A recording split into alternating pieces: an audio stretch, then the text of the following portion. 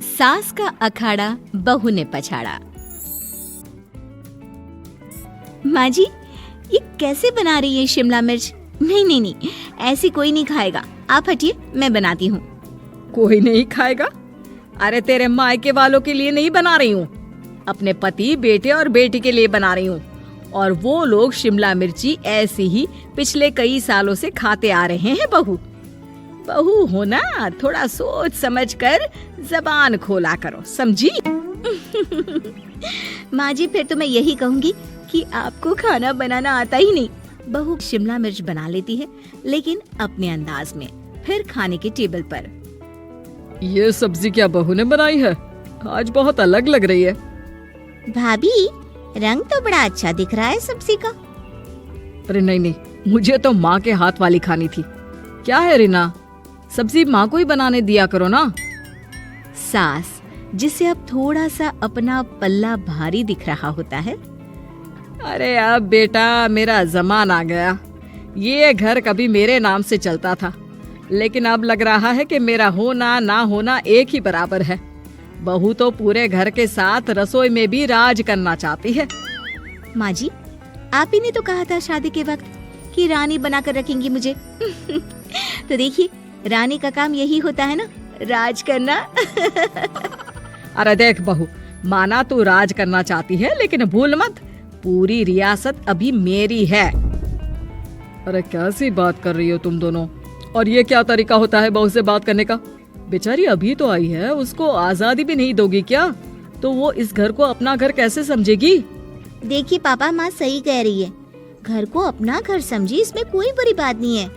लेकिन सिर्फ अपना और हमें पराया करने की कोशिश करे ना जी ना, ये सोच तो बिल्कुल अच्छी नहीं है।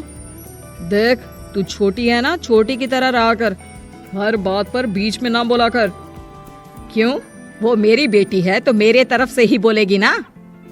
माँ जी, ये तरफ क्या होता है? हाँ, वो मेरी बहन नहीं है क्या? मैं मानती हूँ कि आज मैंने सब्जी बना दी, लेकिन थोड़ा खाने में बदलाव करना हम स्त्रियां भी तो जानती हैं और चाहती भी हैं। तो इसका मतलब ये तो नहीं कि घर के खाने की कोई वैल्यू ही नहीं है। देख, मैं कोई बहस नहीं करना चाहती, जाओ खाना खा लो। सभी खाना खाने बैठ जाते हैं।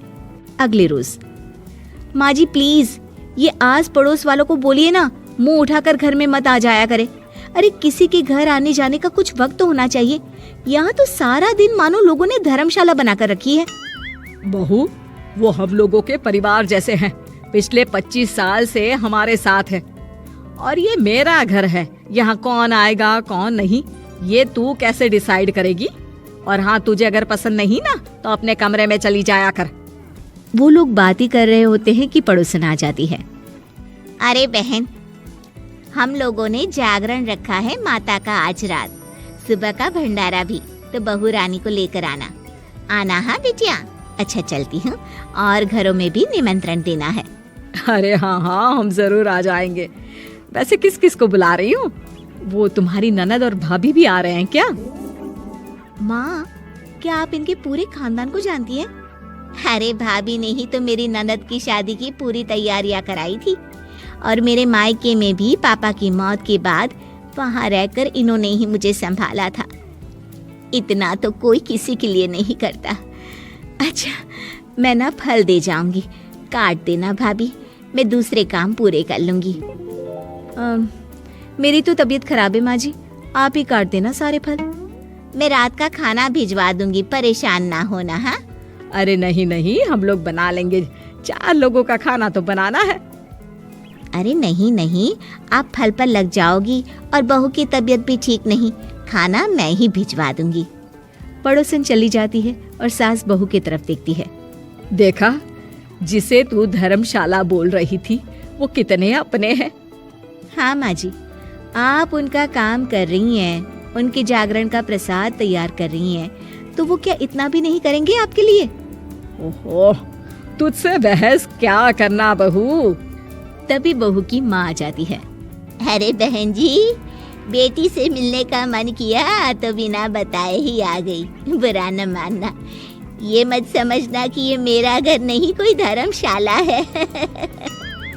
अच्छा अच्छा, तो ये घर पर आए मेहमानों को घर नहीं धर्मशाला वाला समझाने वाली आप ही हैं।